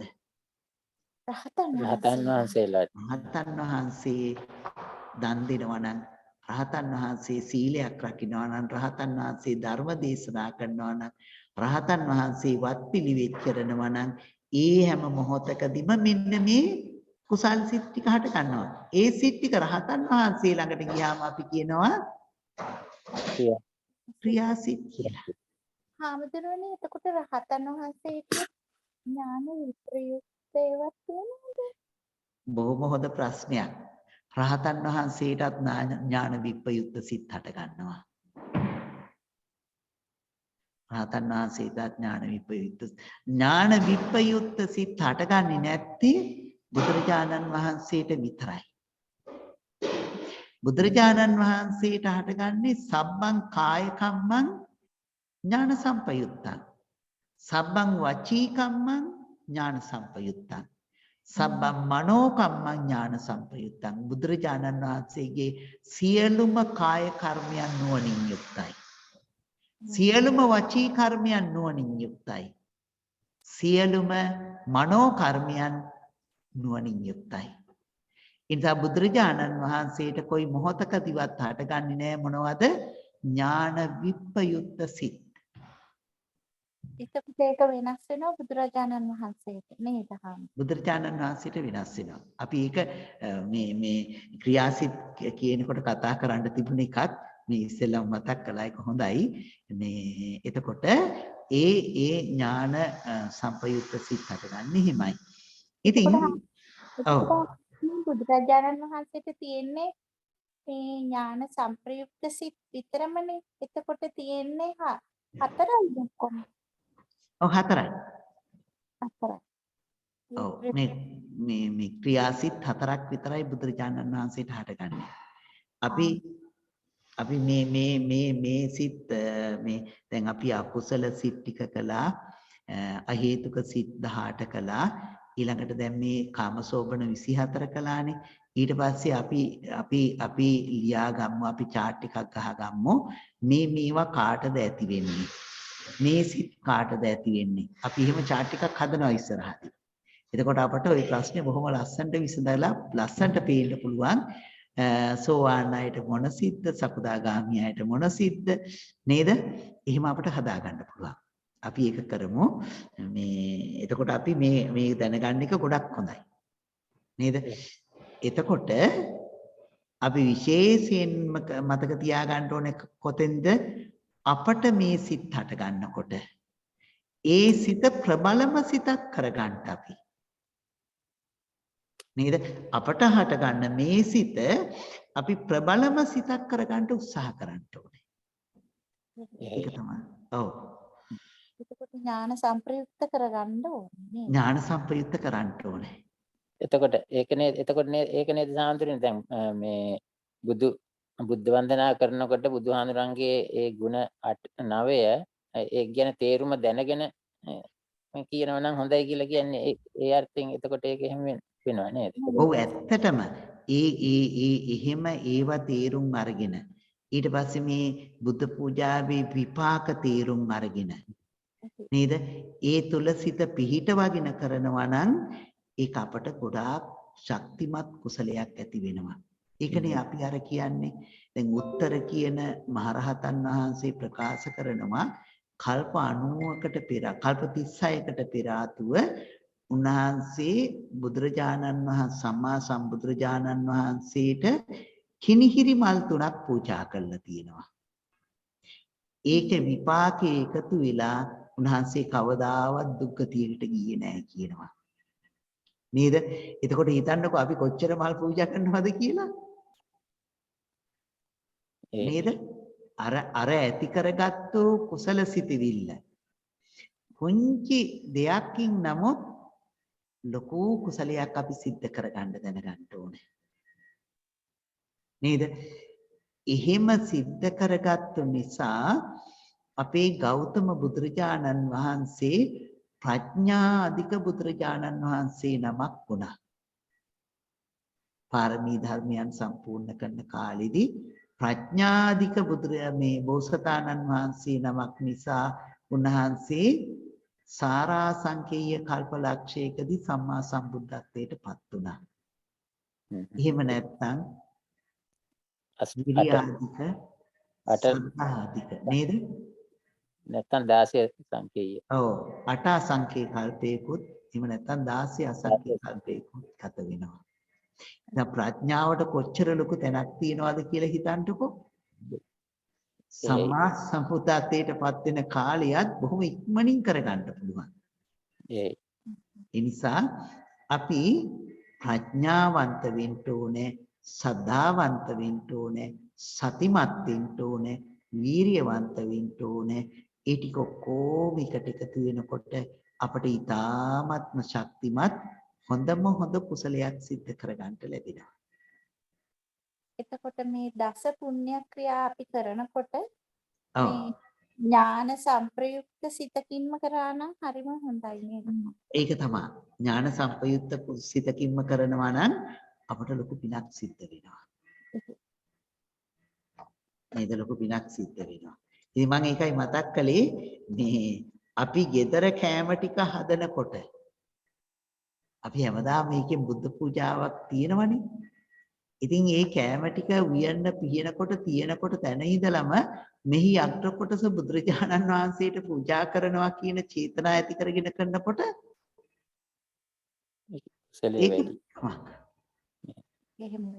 නේද? ඉතින් බුදුරජාණන් වහන්සේ සතු දෙයකට කිසිම කෙනෙකුට හානියක් කරන්න බෑයි කියන නිසාම බත්තලිය රොස් වෙන්නෙත් නැහැ. හොදට බලන්නකො කරලා.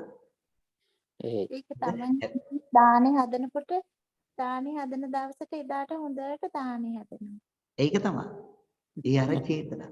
ඉතින් අපි ගෙදරදිත් අපි හිතනවා නම් මේකේ අග්‍රඵලය අග්‍රම කොටස බුදුහාඳුරන්ට පූජා කරනවා කියලා. හැබැයි කපටි සහගත හිතෙන් නෙමෙයි. බොහොම සදහැසිතකින් යුක්තව ඒ ටික කරනවා නම් අපිට ඉතින්දිත් ලොකු පිනක් අත්පත් කර ගන්න පුළුවන්.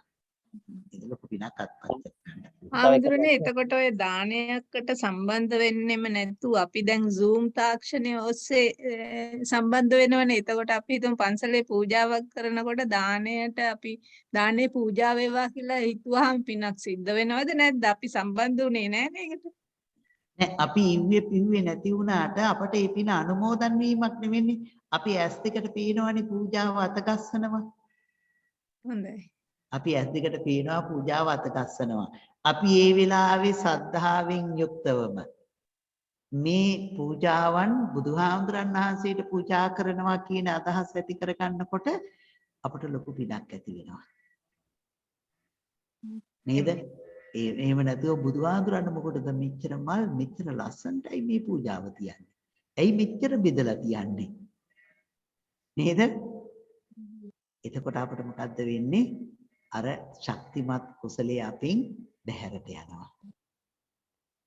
මට තව ප්‍රශ්නයක් කියන ස්වාමීන් වහන්සේ මේ දැන් මෙතන මේ ඥාන සංප්‍රයුක්ත විප්‍රයුක්ත කියනකොට එතන ඒකේ අඩු වැඩිකම වෙනවා වගේම මේ සෝමනස්ස සහගතයි උපේක්ෂා සහගතයි කියනකොටත් ඒකේ අඩු වැඩිකමක් ඇති වෙනවද එතෙන්? සෝමනස්ස සහගත සිත ප්‍රබලයි. ප්‍රබලයි. හරි. උපේක්ෂා සහගත සිතට වැඩි. එයි. එතකොට කුසල කර්මයක් කරනකොට ඒ ස්වභාවය එහෙම තියෙනවා. නේද? එතකොට තමයි අපි කාමාවචර කුසල් සිත් අපි මේ පිළිබඳව තවත් ඊළඟ දවසේ ටිකක් කල්පනා කරමු. මේ සිත් පිළිබඳව මේ දානය මේ සීලය භාවනාව මේ හැම තැනකදීම අපට කොයිතරම් ශක්තිමත් ඥාන සංප්‍රයුක්ත කුසලයක් කරගන්න පුළුවන්ද කියන එක අපට හිතා ගන්න ඕනේ. පුළුවන් වෙන්න ඕනේ නේද? අපි මේ පිළිබඳව ඊළඟ දවසේ කතා කරමු නේද? අපි අදට අවසන් කරනවද? අපි කාලය ගත වුණා. මේ ඒ නිසා අපි අද අවසන් කරමු. අපි මේ සිදු කර ගන්නට යෙදුන උතුම් උදාර වූ කුසල ශක්තියින් පළමුවෙන්ම අපි දෙවියන්ට අනුමෝදන් කරමු. අපත් බුදු සසුනත් සුරකින්න අල්පේ සාක්‍ය මහේ සාක්‍ය ආදී කොටති සියලු සම්‍යක් දෘෂ්ටික දෙවියෝ සියලුම පින් කැමැති දෙවියෝ මේ පින් අනුමෝදන් වෙත්වා සපවත් වේවා සැපයන්ගින් සැපයන්ටපත් වේවා අව සියලු දිනාමවද බුදු සසුනද අපේ ගේ දොර වතු පිටි ඉඩකඩම් රැකී ආරක්ෂා විලහෙළඳාම් ආදී සියලු දෑද අපේ දෙමව්පියන් අපේ දරුවන් මොනබරු මිනිබිරියන් ඥාති හිත මිතුරන් ඒ වගේම විශේෂයෙන්ම අපේ බ්ලූ ලෝටස් බෞද්ධ විහාරාධිපති දුරන්දර අපේ සංකීච්ඡ පණ්ඩිත හාමුදුරන් වහන්සේ ඒ වගේම අතිපූජනීය අපේ නායක හාමුදුරන් වහන්සේ අපේ විහාරස්ථානීය ඇතුළු මේ සියලු දෑ සුරකින්න දෙවියෝ පින් අනුමෝදන් වෙත්වා මේ සියල්ල යහති මනාව කලට වේලාවට සුරකිත්වා සියලු දිනාම ප්‍රාර්ථනීය බෝධියකින් නිවනින් සැනසෙත්වා කියලා පින් දෙමු. ආකාසට්ටා ච බුම්මට්ටා දේවා නාග මහිද්దికා පුඤ්ඤන්තං අනුමෝදිත්වා චිරන් රක්ඛන්තු ශාසනං ආකාසට්ටා ච බුම්මට්ටා දේවා නාග මහිද්దికා පුඤ්ඤන්තං අනුමෝදිත්වා චිරන් රක්ඛන්තු දේශනං ආකාසට්ටා ච බුම්මට්ටා දේවා නාග මහිද්దికා පුඤ්ඤන්තං අනුමෝදිත්වා චිරන් රක්ඛන්තු මම් පරන්ති. ඒ වගේම මේ සිදු කර ගන්නට යෙදුණු උතුම් උදාර කුසල ශක්තියින් අපි මේ අවස්ථාවේදී අපේ මිය පරලොවගේ ඥාතීන්ට අනුමෝදන් කරමු. ඔබ අප හැම සියලු දිනාගේම මියගිය ගුරුවර දෙමව්පියන් ප්‍රදාන සියලු ඥාති හිත මිතුරෝ පින් අනුමෝදන් වෙත්වා සපවත් වේවා සැපයන්ගෙන් සැපයන්ටපත් වේවා සියලු දිනාම ප්‍රාර්ථනීය බෝධියකින් නිවනින් සැනසෙත්වා කියලා පින් දෙමු. ඉදම්මේ ඥාතිනං හෝතු සුඛිතා හොන්තු ඥාතයෝ ඉදම්මේ ඥාතිනං හෝතු සුඛිතා හොන්තු ඥාතයෝ ඉදම්මේ ඥාතිනං හෝතු සුඛිතා හොන්තු ඥාතයෝ. ඒ වගේම මේ සිදු කර ගන්නට යෙදුණු උතුම් උදාර කුසල ශක්තියින් අපට සිද්ධ කර ගන්නට පුළුවන් උනේ කල්යාණ මිත්‍ර සම්පත්තිය නිසා. අපි නායක හාමුදුරන් වහන්සේ, අපි පණ්ඩිත හාමුදුරන් වහන්සේ අපිට උතුම් කල්යාණ මිතුරන් හැටියට එකතු වෙලා තමයි මේ කුසලය සිද්ධ කර ගන්නට අවස්ථාව සලසලා දුන්නේ. මෙවන් සත්පුරුෂ වූ කල්යාණ මිතුරන් සසර වසනතුරු සමදා ඇසුරට නිවන් හිමි කොටම ලැබේවා කියලා ඉමිනා පුඤ්ඤ කම්මේන මාමේ බාල සමාගමෝ සතං සමාගමෝ හෝතු යාව නිබ්බානපත්තිය.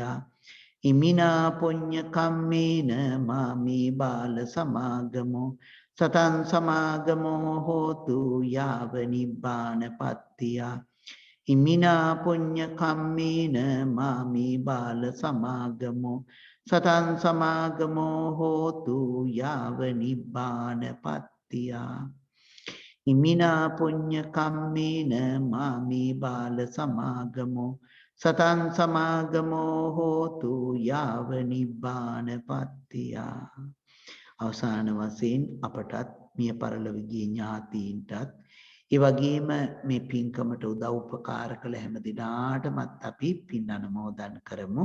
විශේෂයෙන් අපි ආශිර්වාද කරමු අපේ අතිපූජනීය අතිගෞරවනීය අපට අවසරයි අපේ බ්‍රාහ්මණගම මුදිත නායක හාමුදුරන් වහන්සේටත් ඒ වගේම අපේ අතිපූජනීය අපේ සංකිච්ඡ පණ්ඩිත හාමුදුරන් වහන්සේටත් උන්වහන්සේලා නිසා මේ උදාාර පින්කම් සිද්ධ කරගන්නට අපට ලැබුණා. ඉතින් උන්වහන්සේලා නිදුක් වේවා නිරෝගී වේවා සුවපත් වේවා. කරදර බාධක කම්කටොළු දුක් දුම්නස් දුරු වෙලා සියලු යහපත සාන්තිය සෞභාග්‍ය උදා වේවා කියලා අපි ආශිර්වාද කරමු. ඉතින් ඔබ අප හැම සියලු දිනාටමත් මේ උතුම් උදාර කුසල ශක්තිය මේ ගෝර භයංකාර සංසාර දුකින් අත මිදීම පිණිසම හේතු වාසනා වේවා කියලා ප්‍රාර්ථනා කරමු. ඉදම්මේ පුඤ්ඤං ආසවක්ඛයා වහං හෝතු සම්බ දුක්ඛා පමුච්ඡතු. ඉදම්මේ පුඤ්ඤං ආසවක්ඛයා වහං හෝතු සම්බ දුක්ඛා පමුච්ඡතු. ඉදම්මේ පුඤ්ඤං ආසවක්ඛයා වහං හෝතු සම්බ දුක්ඛා පමුච්ඡතු. සාදු සාදු. තෙරුවන් සරණයි ස්වාමීන් වහන්සේ. අයි තෙරුවන් සරණයි. තෙරුවන් සරණයි හා. හොඳයි වන්දනා. හොඳයි තෙරුවන් සරණයි. අපිට මේ අභිධර්ම දේශනාව සිදු කිරීම පිළිබඳව විනායකයන්ටත් දුක් නිරෝගී සුවතිකා සිත සම්පත් සැලසිලා උතුම් ධර්මාභෝධයම වේවා කියලා අපි හැමදෙනාම ප්‍රාර්ථනා කරනවා. සාදු. ආමතුරුනේ සංකිච්ඡ ආමතුරුන්ගේ පොඩි ප්‍රශ්නයක් තියෙනවා අහන්න. ආමතුරු මොන හරි පෝස්ට් කරාද chat එකේ? මම අර මේ සරුපයව අර දස පුණ්‍ය ක්‍රියා ලිස්ට් එක එවුවා. මම ඒක ෂෙයා කරා.